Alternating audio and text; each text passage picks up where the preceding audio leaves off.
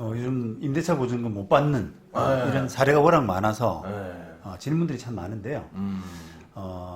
그 중에서 이제 우리가 보증금 못 받고 집을 나가야 될 때, 그럴 때 이제 뭐 주의할 점, 고민해야 될 부분 이런 부분입니다. 아, 자기 무슨 학교 뭐 계약 때문에, 애들 계약 때문에, 아니면 자기 일 때문에, 네. 아니면 계약해 놓은 집 때문에 나가야 되는. 그렇죠. 그런 경우 많죠. 예, 예. 그래서 가급적이면 보증금 안 받고 보증금 못 받고 그냥 집을 떠나지 말고 집을 좀 지켜라.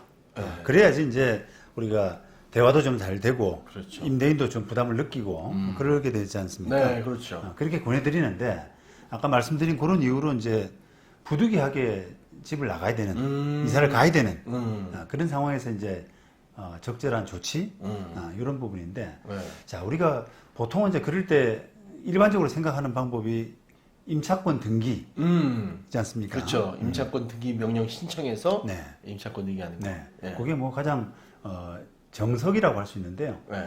이제 문제는 자 임차권 등기만 가능하냐 아니면 혹시 그거를 근저당 설정으로 좀 대체할 수 있느냐 하는 그런 고민이거든요.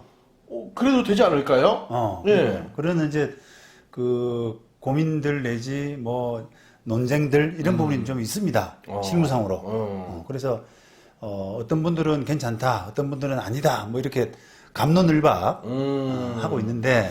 근데 근저당도 괜찮은 게 근저당 물건이라서 힘이 세잖아요. 네. 경매도 바로 집어넣을 수 있고. 네, 네. 네. 좋을 것 같은데요. 예, 예. 임차권 등기도 사실 뭐 성격이 물건이냐 뭐 하는 그런 논쟁은 있습니다만 등기기 때문에 물건에 준한다고는 봐야 되거든요. 그렇죠, 그렇죠. 예, 그래서 큰 문제는 그 물건이라고 하는 그 성격상의 차이는 큰 문제는 없고요. 근데 기본적으로는 이제 저는 임차권 등기가 더 좋다. 임차인을 위해서. 똑같은 2억을 못 받고 나가더라도 네. 근저당보다는 임차권 등기가 낫다. 네. 네. 왜냐? 왜냐? 그런 부분인데. 자, 이제 가장 그 이제 기본적인 이유는 우리가 임차권 등기를 했을 때 누릴 수 있는 효과가 근저당권을 설정했을 때보다는 훨씬 더 임차인이 그 유리하다라는 그런 것 때문입니다. 왜냐하면은 우리 임차권 등기를 왜 하겠어요?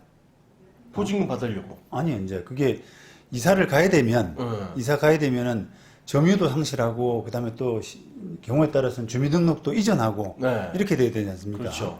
그러면은 대항력이 상실되죠. 그다음에 우선 변제권도 이제 없어지거든요. 그렇죠. 그렇지 않습니까? 네. 그러면 그런 부분을 막기 위해서 그런 부분을 지켜내기 위해서 임차권 등기를 하게 되지 않습니까? 네. 자, 그러면 임차권 등기를 하게 되면은 그 기존에 이제 우리가 그 집에 들어갔을 때 그 집에 이사 갔을 때 했던 전입신고, 확정일자 이런 걸가 그대로 유지가 된다는 거예요. 그렇죠. 그러니까 이제 지금부터 2년 전에 만약 이사를 갔다 그러면은 그때 얻었던 뭐 대항력, 우선 변제권 이런 부분들이 그대로 남아 있다는 겁니다. 물론 이제 그런 걸 아예 안 했다면 이제 임차권 등기를 한 시점에 비로소 이제 대항력 우선 변제권이 생기거든요. 근데 이제 그런 경우보다는 대부분 다 이사 갔을 때 이미 했지 않습니까? 그리고 이제 그런 부분들을 만약에 임차권 등기를 안 하고 대신에 근저당 설정을 한다. 라고 하게 되면은 없어지는 거예요. 기존의 권리가. 대항력들이 다 사라지고. 우선 변제권도 사라지고. 다만 근저당권 설정을 할 때 그 무렵에 우선 변제권. 이 새로 생긴다는 겁니다. 자, 그러면 이제 우리가 보통은 그 등기부등본을 보고 이게 굳이 임차권 등기를 안 하고 근저당 설정을 하더라도 등기부등본상 깨끗하면 그냥 근저당 설정하지 뭐 이렇게 또 쉽게 생각할 수가 있지 않습니까? 그렇죠. 그런데 또 그런 것도 아닌 것이 우리가 등기부에 보이지 않는 그 임대인의 조세 채권 이런 부분들은 또 등기에 뭐가 발생했을지 알 수가 없잖아요. 그러니까 등기부에 없다고 그래서 내가 이 저당권이 가장 앞선다. 경매 갔을 때 이 저당권 가지고도 충분히 내가 1순위다. 이렇게 이야기하기가 어렵단 말이죠. 그렇죠. 뭐 국세나 지방세는 뭐 거의 1년 전 거 막 이렇게 법정 길이 빠른 게 우선이니까. 그렇습니다. 그 전에 체납했으면 그렇습니다. 무조건 나중엔 선순위니까. 그렇죠, 그렇죠. 예. 그런 부분 때문에 이제 기본적으로는 임차권 등기를 해서 기존에 그 누렸던, 기존에 가졌던 대학력 우선 변제권을 그대로 가져가고. 유지해 나가는 것이 기본 원칙이라는 거예요. 그렇군요. 그렇죠. 네. 자, 그리고 또 하나의 이제 차이점은 임차권 등기는 임차인이 혼자서 하는 거예요. 그렇죠. 임대인 허락받거나 뭐 동의받거나 그럴 필요 없이 임차인 혼자서 하기 때문에 그냥 좀 가볍게 해볼 수가 있는 건데 근저당 설정은 주인을 설득해가지고 그렇죠. 쌍방이 해야 돼요. 예, 동의받아서 서류 받아서 이렇게 하는 절차잖아요. 그러다 보니까 조금은 이제 임차인 입장에서 번거로울 수 있다. 번거롭고 돈도 못 돌려주니까 자기가 해야 될 거 아니에요, 그죠? 자기 돈으로. 이제 뭐 만약에 이제 예를 들어서 상황 자체는 조금씩 케이스 바이 케이스로 다를 수가 있는데 어떤 임대인이 뭐 돈은 내가 낼게 보증금도 못 주고 했으니까 요 비용도 설정 비용은 내가 낼게 그렇게 할 수도 있지 않습니까? 그렇죠. 그러니까 그런 경우는 또 비용 부분에서는 또 세이브가 되지만 어쨌든 그런 그 뭐 상의하고 또 동의받고 이런 과정이 조금 번거로울 수가 있다는 거예요. 그렇죠. 혼자 법원에 그냥 해버리면 조금 가볍게 빨리. 간단하게 이렇게 될 수 있는 부분을 조금 번거로울 수 있는 그런 부분이 있다라는 부분도 이제 임차권 등기가 더 낫지 않나 이렇게 보는 부분입니다. 그거 말고 또 없나요? 그 유리한 점은 이제 임차권 등기를 해야 된다라고 하는 부분은 이제 그 정도인 것 같고요. 네. 자, 근데 일부에서는 제가 이제 최근에 그 기사에서 하나 봤는데요. 네. 어떤 이제 그 변호사가 코멘트를 했던데 이게 돈은 보증금을 거의 다 대부분 다 돌려받고 소액이 조금만 남았을 때 그럴 때는 뭐 근저당 같은 걸로 해도 되지 않겠냐. 만약 5억짜리 전세인데 네. 한 5천만 원만 안 줬다. 그렇죠. 네, 4억 5천 원 받았는데 5천만 원 안 줬다. 네. 그럴 때는 근저당을 조금 해도 된다. 그렇습니다. 네. 활용해라. 예, 봤어요, 예. 기사를. 그런 기사인데 네. 이제 그 이유가 뭐냐니까 이게 임차권 등기가 돼 있으면 다른 세입자가 잘 안 들어온다는 거예요. 그 집에. 그럴 것 같아요. 네. 그래서 그런 부분 때문에 차라리 그냥 다른 후속 임차인이라고 하잖아요. 후속 임차인한테 이미지가 안 좋아져가지고 보증금 못 빼는 그런 상황보다는 그냥 저당권 설정해 놓으면은 이게 뭐 일반 채권 같기도 하고 그래 보이니까 그 오히려 보증금을 후속 임차인한테 돌려받기에는 그게 더 낫지 않느냐. 이런 이제 견해가 있더라고요. 네. 그래서 그런 부분은 이제 어떨까라고 저도 좀 생각을 해봤는데 그것도 제 입장에서는 조금 동의하기가 좀 어렵다라고 생각을 합니다. 이유는 뭔가요? 왜냐하면은 네. 아까 이제 그 말씀드린 원칙적인 부분인데요. 어쨌든 이게 만약에 5천만 원이라고 하더라도 그 5천만 원에 대한 순서가 뒤로 밀리잖아요. 밀릴 수 있으니까. 그렇습니다. 예.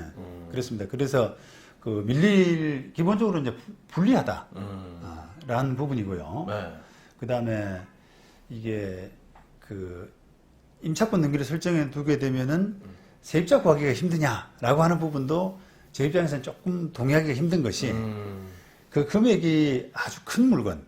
뭐 예를 들면 아까 5억짜리가 임차권 등기가 돼 있으면 세입자 구하기 힘들죠, 당연히. 그렇죠. 그런데 이제 그 금액이 4억 5천을 받고 5천만 원만 남아있다라고 하는 그런 상태에서는 세입자 구하기가 과연 힘들까? 그러면 그 등기에도 뭐 5억짜리가 아닌 5천만 원만 남아있다라는 게 표시가 되나요? 그렇습니다. 예. 제가 이제 지금 자료 보여드릴 텐데, 네. 임차권 등기 결정문에도 이제 받아야 될 보증금이 기재가 되고요. 그 다음에 등기부에도 못 받은 보증금, 액수, 이런 부분이 기재가 됩니다. 그래서 5천만 원만 못 받았다면 임차권 등기를 5천만 원만 신청하면 되는 거예요. 그럼 똑같은 부담이니까 뭐 그렇죠. 예, 상관없겠네요. 그러니까 저당권이 5천만 원 돼 있다는 것과 임차권 등기가 5천만 원 돼 있다는 것과 본질적인 차이는 없지 않나. 없죠. 네. 네. 그러니까 후속 임차인이 들어오는 부담감은 비슷하다라고 똑같다. 저는 보는 겁니다. 그러니 그냥 임차권 등기해서 네. 대학력 우선 변제권을 가져가라. 네. 그렇습니다. 네. 자, 그리고 조금 이제 이게 그 다른 측면에서 이거를 이제 권하는 이런 근저당 설정이 좀 낫지 않냐?